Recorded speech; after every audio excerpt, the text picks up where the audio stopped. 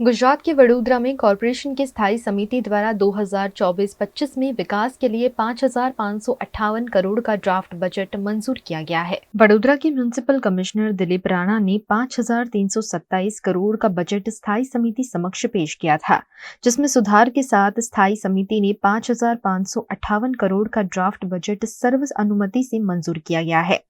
इस बजट में वडोदरा में नए 15 ब्रिज बनाने की जानकारी दी गई है। लोकसभा चुनाव का साल होने की वजह से जो अतिरिक्त टैक्स लेने की बात थी, उसे भी स्थायी समिति ने खारिज कर दिया है। वडोदरा महानगर पालिका का बजट स्थायी समिति ने पास कर दिया है। सर, क्या आपने इस बार जो म्यूनिसिपल कमिश्नर ने दिया था उसमें बदलाव किए हैं? जो 24-25 का ड्राफ्ट बजट है वो कमिश्नर साहब ने 5,523.67 करोड़ का रजू किया था। स्थायी समिति ने उसमें कुछ बदलाव करके 5,558.86 करोड़ का मंजूर किया। कहना करीब 34 करोड़ का बजट का साइज़ बड़ा है, जिसमें खास करके जो खर्च थे उसको कम किया गया। जहाँ पे खर्च ज़्यादा करने की ज़रूरत थी वो खर्च को ज़्यादा एलोकेशन दिया गया, और जो आवक थी, जो हमारी इनकम है, उसमें भी इजाफा किया गया। खास करके मैं इतना बोलना चाहूँगा कि जो बजट है वो काफ़ी रियलिस्टिक बजट है, काफ़ी ग्राउंड लेवल का बजट है। हमने कोई बड़े वादे नहीं किए, जो काम हो सकते हैं वैसे ही वादे किए हैं। अक्सर बजट में कई आयोजन ऐसे हैं कि जो 4-5 वर्ष तक चलने वाले हैं, कई आयोजन ऐसे हैं कि जो 2-3 साल तक चलने वाले हैं। आज की तारीख में करीब 2500 करोड़ के प्रोजेक्ट या तो टेंडर लेवल पे है, या तो पूर्णता के नज़दीक है, या अंडर प्रोग्रेस है। तो 2500 करोड़ है, इसमें से पेमेंट हर साल कुछ कुछ चीज़ों का होता है। तो एक प्रोजेक्ट 2-3 साल के स्पैन में ख़त्म होता है। तो बजट में हम बोलते हैं कि ओपनिंग बैलेंस, कि जो लास्ट टाइम हमने बजट किया था उसमें जो जो पेमेंट हुए हैं, बाकी जो रोल ओवर होते तो उसको पुरांत बोलते हैं।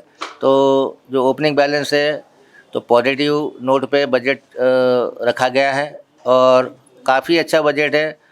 खास करके जो इंफ्रास्ट्रक्चर के काम है, जैसे रोड, रास्ता, गटर, वर्षादी gutter, street light, over bridges, garden, hospital, school, ये सारे कामों पे ऊपर पूरा बजट दिया गया है। आने वाले दिनों में लोगों की सुख सुविधा बढ़ेगी, लोगों की आशा आकांक्षा परिपूर्ण होगी।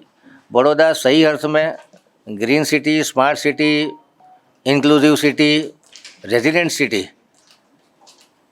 नेट ज़ीरो कार्बन प्रोडक्शन की दिशा में आगे बढ़ रहा है। खास करके इको फ्रेंडली जो सुविधा है, जैसे सरकारी इमारतों पे सोलर पैनल लगाना, फ्लोटिंग सोलर पावर प्लांट का आजवा सरोवर पर आयोजन करना, एनर्जी एफिशिएंसी सेल के द्वारा एनर्जी कंजम्पशन कम करना, नया प्लांटेशन करना, पीएम ई बस के जरिए प्रोडक्शन कम हो, कार्बन एमिशन कम हो, नॉइज़ पोल्यूशन कम हो, उस दिशा में आगे बढ़ना। सारे प्राइवेट व्हीकल यूज़र्स के लिए उनको प्रोत्साहन मिले कि ई व्हीकल यूज़ करें, तो उनके जो टैक्स में हमने बिल्कुल इजाफा नहीं किया। खाली 100 रुपया टोकन फ़ी रजिस्ट्रेशन में, जो कॉरपोरेशन 1.5 to 2.5% टैक्स लेती है, व्हीकल टैक्स, उसके बाद ही आरटीओ पास होता है। तो उसमें हमने खाली 100 रुपया टोकन फीस रखा है, ताकि लोगों को ई व्हीकल यूज़ करने का प्रोत्साहन मिले। सोलर करीब 10-12 मेगावाट का प्लानिंग है, हर इमारत पे हम लोग सोलर लगाएंगे।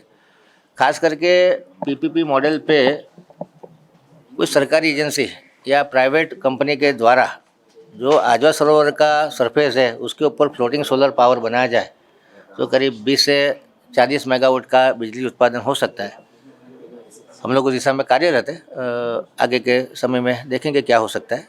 बड़ौदा शहर के अलग अलग इलाके में जो महिसागर का रॉ वाटर आता है उसको ट्रीट करके दिया जाए, क्योंकि पिछले सालों में हमने देखा है कि पानी में पिगमेंटेशन आता है, पानी में गंदगी आती है, पानी में स्मेल आता है। तो WTP बनाने का काम पोईचा हो, दोड़का हो, फाजलपुर, रायका, सारी जगह पे 100 mld के हम लोग WTP बनाएंगे। सीन रोड फेज़ 2 में 150 mld का WTP बनाने का आयोजन है। रामेश्वरा के पास कैनाल बेस नया WTP बनाने का 300 mld का नया सोर्स उत्पन्न करने का आयोजन है। निमेटा में 5 जितने नए WTP बन रहे। आजवा सरोवर में नया पॉन्टून बनाया गया, पानी की आवक भी ज़्यादा ले सकते हैं।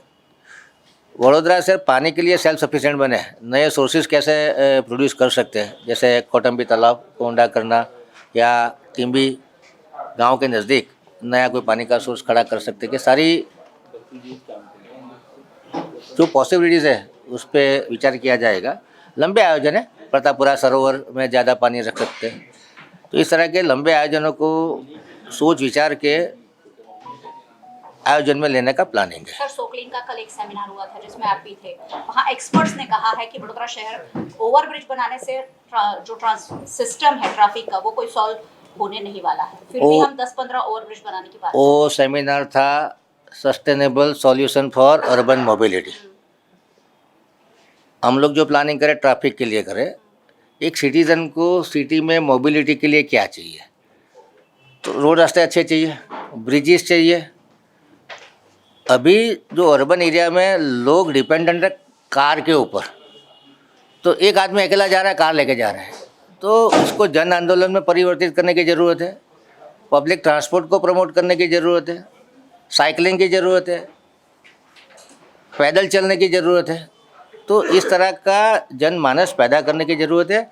मैं मानता हूँ कि खाली रोड बनाने से के मोबिलिटी बढ़ती नहीं है, लेकिन छोटे छोटे व्हीकल है, रिक्शा है, मास ट्रांसपोर्टेशन है, एक के साथ 4 आदमी को बिठा के लेके जाए, पेट्रोल का कंजम्पशन कम हो, तो मेट्रो ट्रेन के किनारे पे जो एम्प्लॉयमेंट मतलब एम्प्लॉयड अलग अलग एम्प्लॉयमेंट में जो लोग हैं वो लोगों का राइडरशिप ज़्यादा होना चाहिए।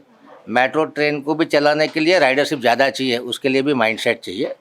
तो मुझे लगता है कि आने वाले दिनों में जो जगह का कंजेशन है, व्हीकल का कंजेशन है, उसको दूर करने के लिए सभी सिटीज़न को अपना योगदान देना पड़ेगा। आज की तारीख में ट्रैफिक का सुचारू संचालन हो, एक्सीडेंट कम हो, उसके लिए हमने ओवरब्रिज रोड बनाने का काम किया। उसके बाद जो सेकंड स्टेप आएगा उसमें अपने को साइकिलिंग ट्रैक बनाने पड़ेंगे, लोग पैदल चलेंगे, लोगों को चलने की आदत बढ़ेगी। और मैंने बोला ऐसा कि जो कार ओनरशिप है उसको भी कम करने की ज़रूरत पड़ेगी कि एक आदमी एक गाड़ी लेके हर लोगों के पास गाड़ी है, तो कंजेशन तो होना ही है। तो इसके लिए समझने की भी ज़रूरत है, नागरिकों का भी सहयोग चाहिएगा, गवर्नमेंट एडमिनिस्ट्रेटर का भी सहयोग चाहिए। आखिरी सवाल, बायोमेडिकल वेस्ट के ढेर पड़े हैं वडोदरा शहर की बिल्कुल हद में। जाम्बो लैंडफिल साइट पे आप बोलते हो कि रोज़ का 1100 मैट्रिक टन जितना कचरा आ रहा है, उसके प्रोसेसिंग के लिए सर, हम पैसा बहुत खर्च करते हैं लेकिन काम नहीं होता है। वहाँ पे 2 मशीन लगेंगे, रोज़ का 2000 से 2200 टन का प्रोसेसिंग होगा। जल्द ही एबेलोन क्लीन एनर्जी का वेस्ट टू एनर्जी प्लांट चालू होगा। और भी 1-2 एजेंसी की जो इसमें से बायोकोल बनाते हैं, रोज़ का कुछ कचरा फ्री ऑफ कॉस्ट प्रोसेस करने के लिए तैयार है। उनके साथ भी हमारी बातचीत चल रही है। हमारा टारगेट है कि जून महीने के आसपास इसको ज़मीन लेवल पे लाया जाए।